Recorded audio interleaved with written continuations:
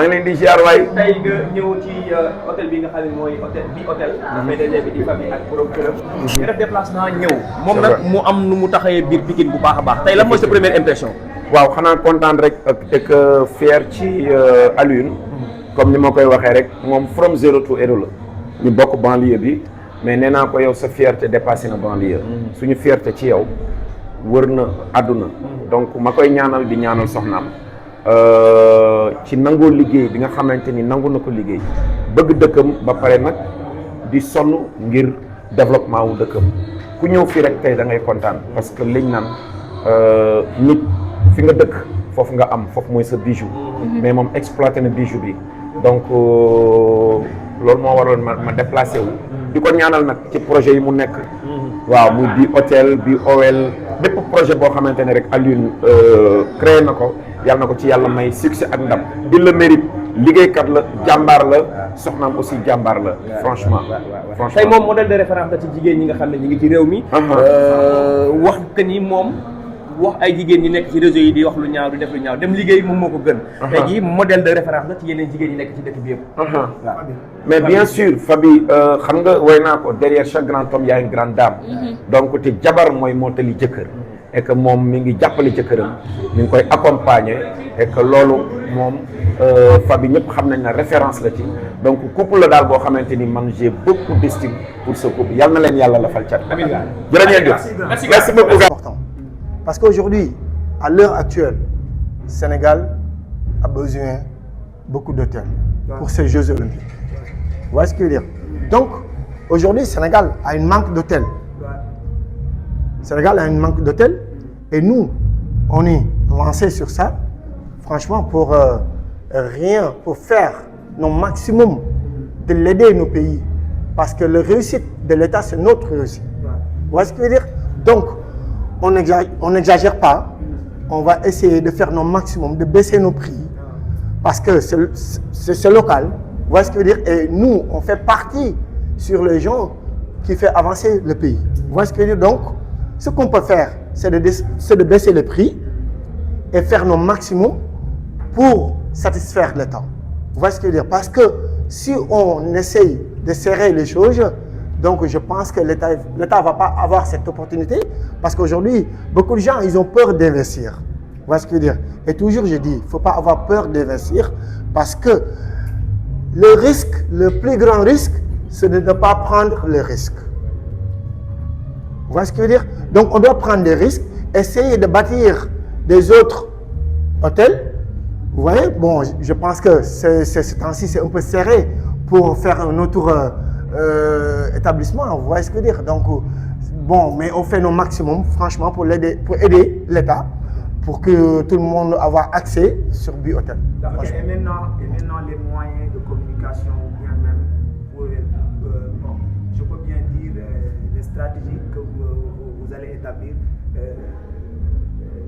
Est-ce que... Ne vous inquiétez pas, hein, je ne vais pas vous dire mon stratégie. Hein. Ah ouais, non, il n'y a pas de souci, mais en fait, pour faciliter les clients d'avoir accès à votre site, est-ce que vous avez mis en place des logistiques pertinentes pour qu'au moins les gens qui sont à l'extérieur puissent réserver des chambres facilement, comme ça, dès leur arrivée, pour qu'ils puissent vraiment rejoindre l'hôtel dans de très bonnes conditions? Oui. Vous avez mis en place des réseaux spéciaux pour ça? Oui, bien sûr. Parce que vous savez, Bi-Hôtel, c'est un grand hôtel, quand même, 4 étoiles. Vous voyez, donc tout est en place. Ok, comment on peut réserver alors? Bon, avec bihotel.com, vous voyez, avec bihotel.sn, c'est un site d'internet. Et il y a le directeur de commercial, et il s'appelle Toumani, Toumani Badian. Donc c'est lui qui est en charge sur tout ce qui est communication et marketing.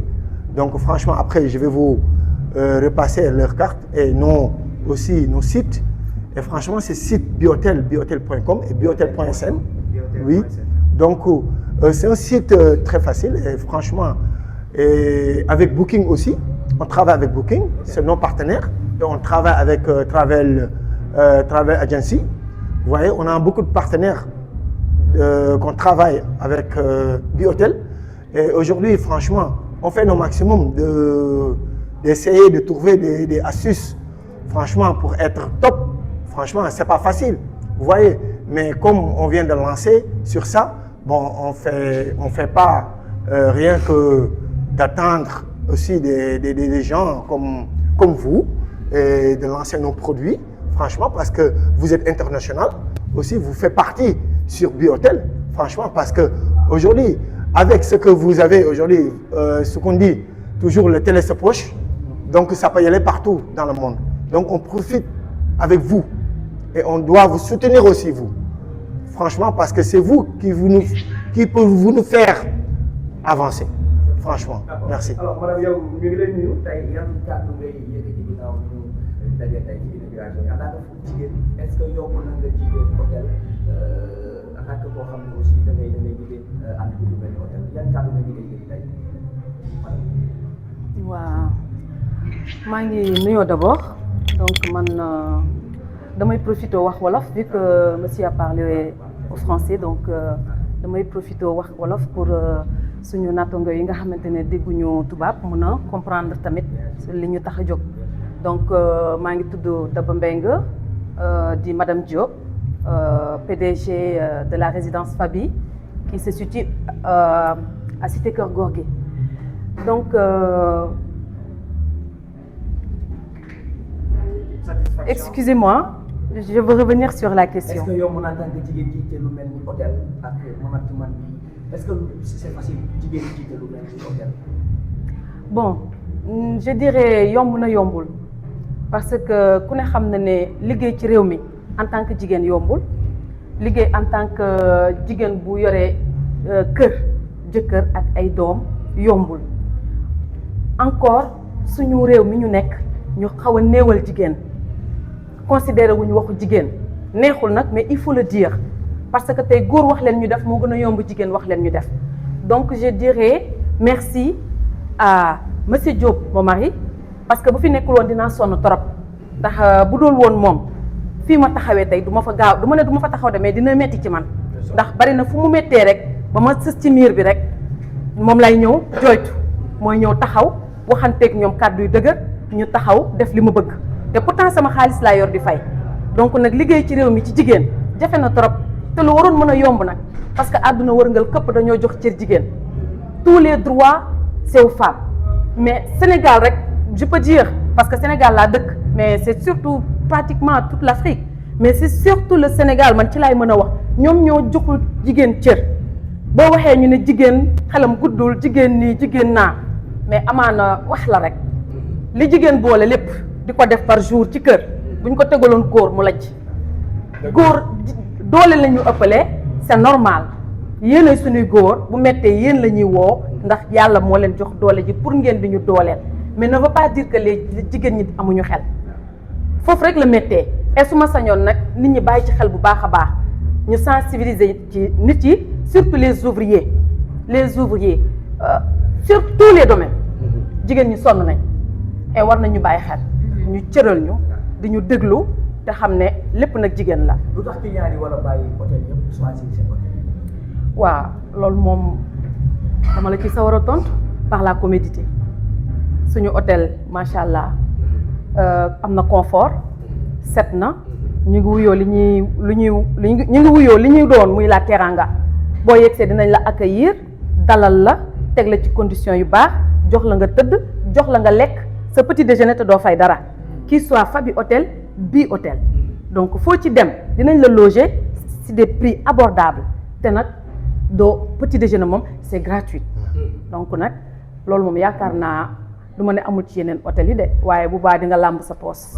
président yu bëri dañ doon am ay choix d'hôtel parce que président Macky Sall président Abdoulaye Wade laa njëkkee ñëpp dañ doon fréquenter teeru bi président Macky Sall ñëw ñëpp di fréquenter Radisson président Diomaye ñëw ñëpp di fréquenter hôtel Azalaï ndax yéen pare ngeen ngir président yi ñu bàyyi leen xel wala sax njiitu réew mi ñu bàyyi leen xel ci hôtel yu bees yi nga xam ne yaakaar naa ni c'est des hôtels de nouvelle génération yi nga xam ne mettre ngeen ko en place. bien sûr pare nañ pour ñu bàyyi ñu xel te dañ ñu bàyyi xel bu ñu bàyyiwul xel bàyyiwuñ xel seen produit parce que produit pur bi ñun ñi la ñun ñooy sénégalais yi bu ñu demee Azalaï malien la bu ñu demee Radisson bon sénégalais la je peux dire métis sénégalais la boo demee teeru bi c'est des arabes mais ñun c'est produit pur sénégalais et nag li ñu war rek ñu ngi koy def pour nag faire parmi les meilleurs. président Diomaye moo woote conseil local. voilà. moo waral kon ñi nga xam ne ñooy ndaw réew mi. dañuy soxla ñoom ñu investir ñoom aussi ñu mën a dugal seen loxo ci biir. waaw ci loolu rek la ñu mën a jàppale foofu rek la ñu mën a jàppale parce que bu ñu toogoon di leen xaar amaana dina gën a metti mais nag ñi ngi ci waar bi di ko bay di nekk ci tànk ñu bëgg parce que ñoom ñoo ne liggéey la ñu woote.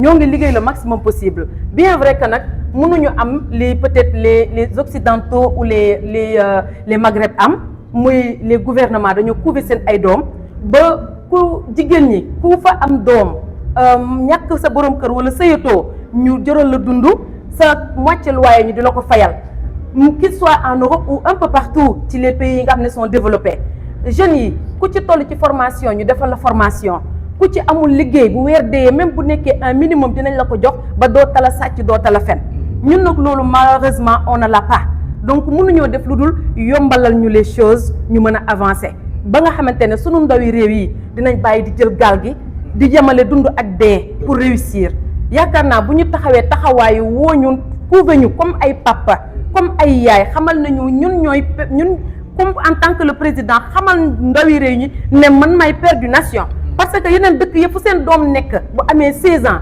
dinañ ko lijjanti fa mu nekk ma ngay jàng wala jàngul ma ngay jàng ñu bàyyi ko jàngul mi ngi def formation baax na bu ko defulee dañ koy woo day ñibbi ba fu mu nekk defi formation wala mu defi armée donc nag sunu gouvernement yi nañ bàyyi sunu ndaw yi xel man ndaw yi dama leen a ñëwati dama leen a yërëm parce que nit bu demee ba yemale dund ak dee rek kooku désespéré na te désespoir bi dafa bari ci réew mi te loolu dañu ci war a dimbali ñun jigéen ñi lañ ko defal parce que tamit ñun ñooy juran yéen góor ñi ci ngeen bokk waaye 9 mois yi ñun la nampal ba ñun la ñooy yar ba mu am 18 ans mbaa mu am 25 ans ñu perte soit jaar na ci géej gi dee soit mi ngi ci kaso bi di paquetage pour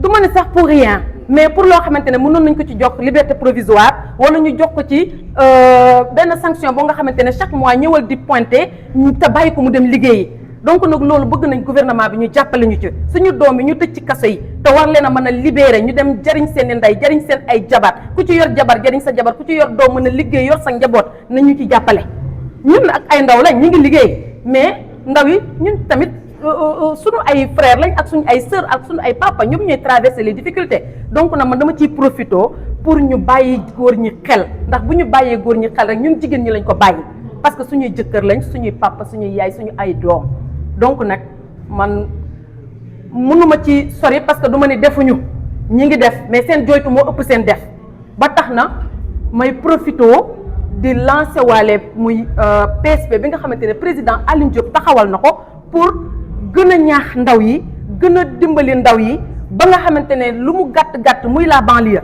bu weer deewee bu ñu taxawee ci ni mu leen ko waxee rek ku ci amul 500 000 di nga am 1 million voire 2 millions ndax yaakaar naa loolu ku ko ci am ku ne di nga mën a am ci loo jàpp wala di nga mën a am dinañ leen mën a boole ñu liggéey ndax ñu ngi programmé def ay boutique yu mel ni PSP programmé nañu aussi jigéen ñi di leen investir ñuy def ay transformation wala ñuy bay wala ñuy napp loolu yëpp président Aline Diop mu ngi ci taxaw donc nag ñoom bu ñu ci mënee jàppale nañu ci jàppale bu ñu ci jàppale wut ñun ndaw yi nañu jàppoo booloo être solidaire comme partout dans le monde parce que àdduna foo dem chinois yi dañoo booloo indiens yi dañoo booloo naar yi dañoo booloo ba ci suñu biir réew mi pël Fuuta yi sax dañoo booloo donc booloo jot na pour am force man nag maay vice présidente PSP moom mi mooy président PSP loolu dinaa bàyyi moom mu ñëwal ci boppam gën ko yaatal mais wax ji mënul neex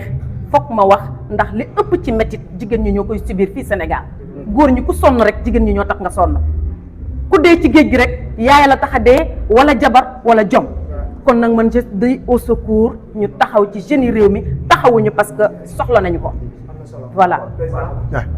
lan ngay wax ci li nga xam ne la vice-présidente yëkkati na ko nga jiite mouvement PSP ñëpp tamit di soxla li nga xam ne mooy PSP ñu dimbale ndaw yi nga xam ne dañoo nekk ci gox goxaat yi soxla liggéey te amuñu lu ñu liggéey yan initiative ngeen ci nar a teg ak yan jumtuwaay ngeen ci nar a teg ngir Sénégal mu mën a jëm ba foofu.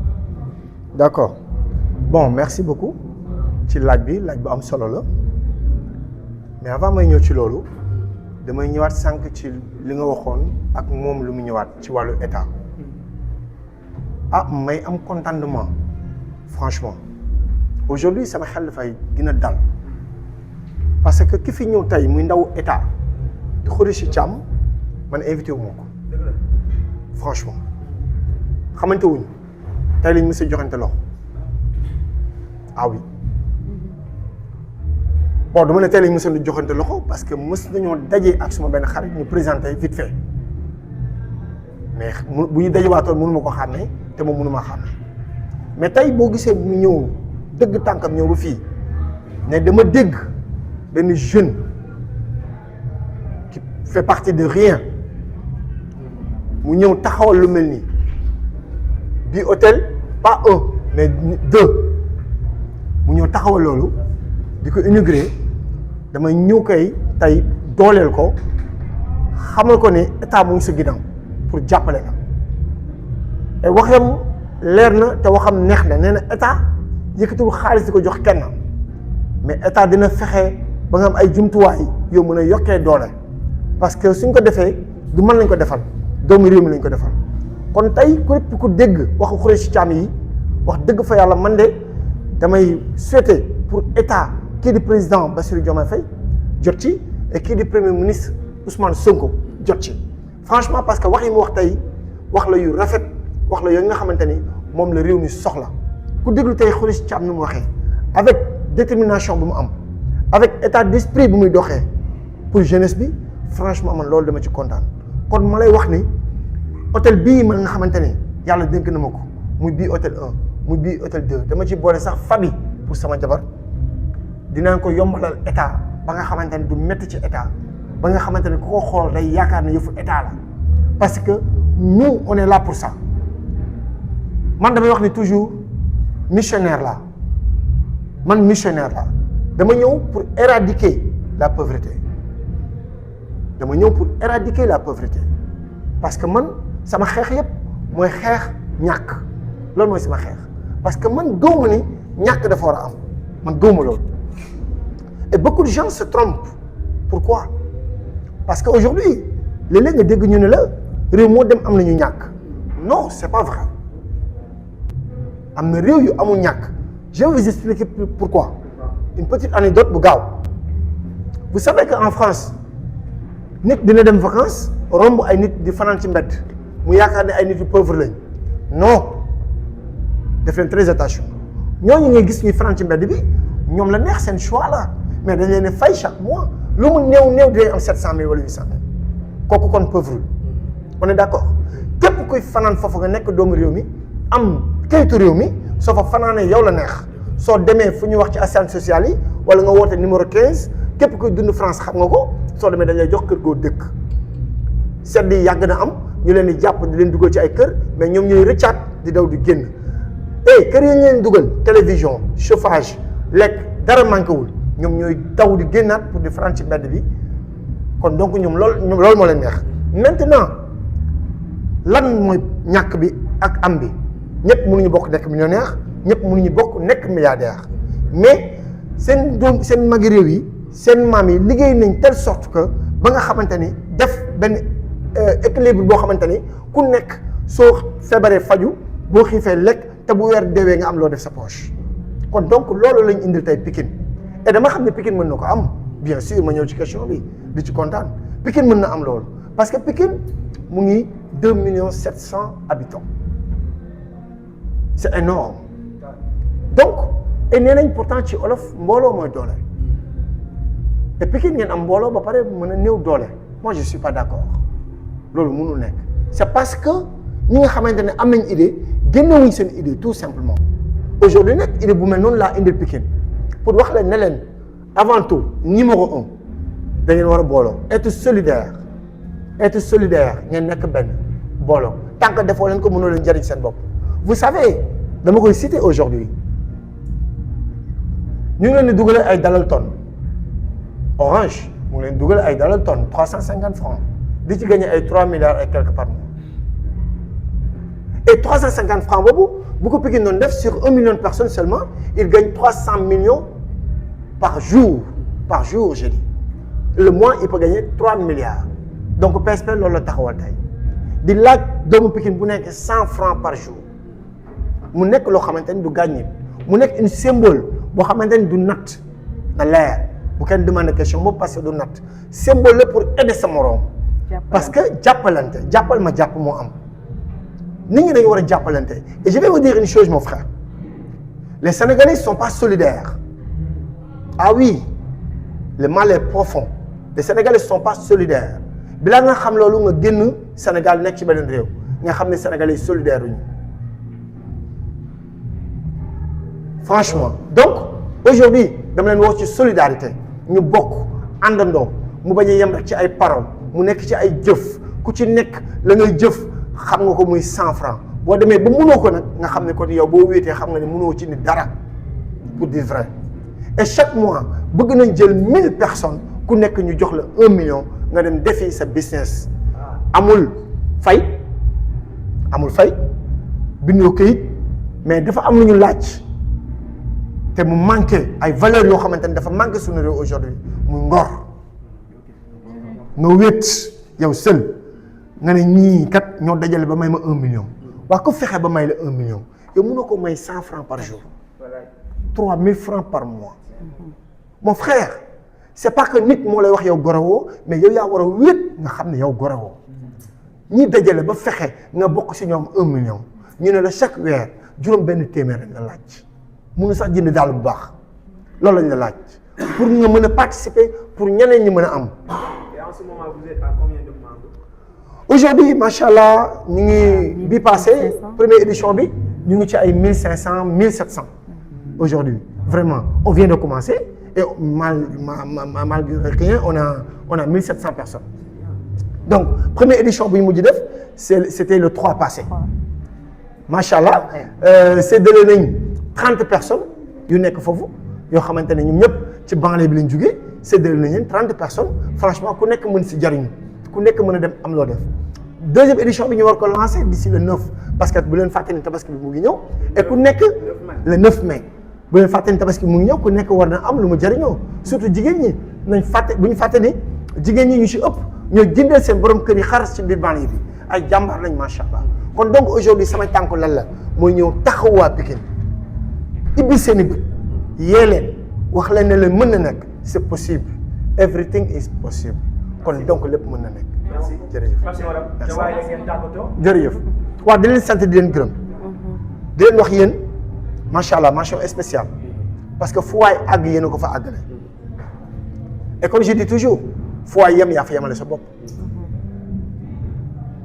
boo xoolee fu ñëpp di xoolee fu ñëpp lu ñëpp di gis ngay gis donc dafa laaj nga jéggi say xool foo jaaree fu ñëpp jaar lu ñu gis rek ngay gis donc aujourd'hui nag képp ku àgg fu sori ba waa États-Unis di la suivre France partout yéen la dañ leen war a delloo njukkal dañ leen war a encourager parce que bu ngeen fi nekkuloon aujourd'hui waxuma la dara mais Sénégal sax du toll fu mu toll parce que yéen réseaux sociaux yi yéen a àggale Sénégal tey ba ñuy toog tey ci réew mi jot ci réew mi yéen la pour dire vrai du kenn franchement kon donc ñu leen di dooleel di leen wax merci encore une fois franchement parle merci beaucoup. di ci dolli leen tamit. ndax yéen réseaux sociaux yi. Ouais, mouvement bi partout là hein. Voilà PSP c'est partout. C'est partout au Sénégal ñëpp mën nañ ci bokk. parce que dimbalante la. être solidaire ñu fay créer aussi benn monnaie circulaire une c'est-à-dire une comment dire économie circulaire. une intelligence économique.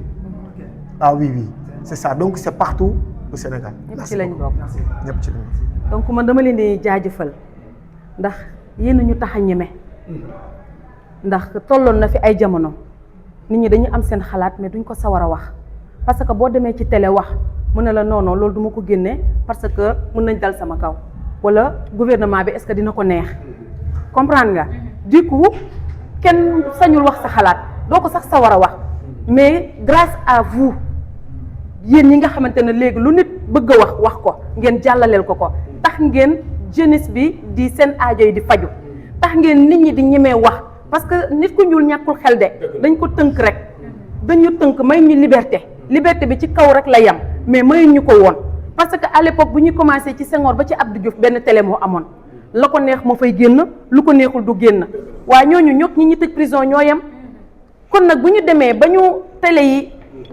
ubbeeku mais taxul ñu am sañ-sañu génne li nit ñi bëgg yéen ngeen ñëw ñu am sañ-sañu di may nit ñi ñuy wax seen xalaat may nit ñi ñuy wax seen i métit ak seen i naqar kon gàcc gàllamaa yéen mënuñu leen fay man dama leen di ñaanal ca kaw ca kanam te lii yàlla indi télé ci poos mii mooy avantage yu Sénégal mooy réussite du Sénégal moo tax tey ku nekk mën a wax xalaatam ba ñëpp jot ci moo yee lu bari tey lépp lu bonoon ci réew mi mi ngi koy feeñal lépp lu baaxoon ci réew mi tam mi ngi koy feeñal li am faneen aussi ñu war koo xam ba mën cee jariñu tamit mi ngi koy feeñal kon nag dañ leen di remercier te xam ne mënul sax assez mënul sax doy bi may tënkee rek mooy kii di papa moom mënumaa wax te duma koo gërëm ndax nag dafa nekk nit ku baax bëggal ma boppam amaana su ma ko déglu woon lii weesu woon na bu yàgg mais bés bu jot moo may encouragé Faby dëggalal sa bopp yow jàmbaar nga yow jigéen ju mën góor nga yow liggéeykat nga yow référent nga da nga yow nit ñi dañu war di roy ci yow te buñ la xamulee duñ mën di roy ci yow kon nag dëggalal sa bopp saa yu waxee rek ma ne ko ay papa damaa ragal ay papa mu ne ma non il faut que te nga dem moo tax ba ma ko woowee mu ne ma lii du ma sa xaar suba 15 heures maa ngi foofu et dinaa indaale ñi ma war a indaale ñëpp ndax il est temps que nga dem kon nag maa ngi koy sant te di ko gërëm moom aussi yal na yàlla ànd dëggal suñu ànd bi. Bon, d'ailleurs, je dis bonjour à tout le monde et je vous remercie franchement d'être là. Et franchement, je suis vraiment content de votre présentation ici à Biotel. Et vraiment, ça fait plaisir de vous voir aujourd'hui à Biotel. Et vous venez rien que pour Biotel. Franchement, je suis vraiment content pour votre présence. Aujourd'hui, Biotel vient de lancer une excellente journée, une immigration de Birouf aussi. C'est un restaurant qui vient d'ouvrir aujourd'hui. Et vraiment, j'ai vraiment eu une grande surprise, franchement, pour le peuple sénégalais. Franchement, ça me pousse d'aller devant, franchement, et ça me motive, franchement, de voir les personnes. Toutes personnes qui viennent là, franchement, je les remercie énormément. Et franchement, aujourd'hui, c'est un grand jour pour moi. Merci beaucoup. Et maintenant, qu'est-ce que ça vous fait d'inaugurer une autre hôtel 5 étoiles ici à Dakar? Bon, c'est juste, ça demande de motivation. Et vu que les gens nous motivent, donc franchement, ça nous pousse d'aller devant. Vous voyez? Donc aujourd'hui, tout le monde a eu et tout le monde a entendu ce que le ministre Khoureyssi Thiam a dit. Vous voyez, ça motive tout le monde. Franchement, avec son état d'esprit, vraiment, je le remercie beaucoup. Parce que si je l'entends aujourd'hui, la façon qu'il développe ses intentions, tout ça, franchement, ça me fait plaisir et ça me donne vraiment de motivation d'aller devant. Franchement, donc aujourd'hui, comme je dis toujours, il n'y a rien à peur. On doit s'imposer parce qu'il n'y a pas mieux que chez soi. On doit s'imposer et faire nos maximum parce que beaucoup de gens disent que l'État n'aide pas ses fils.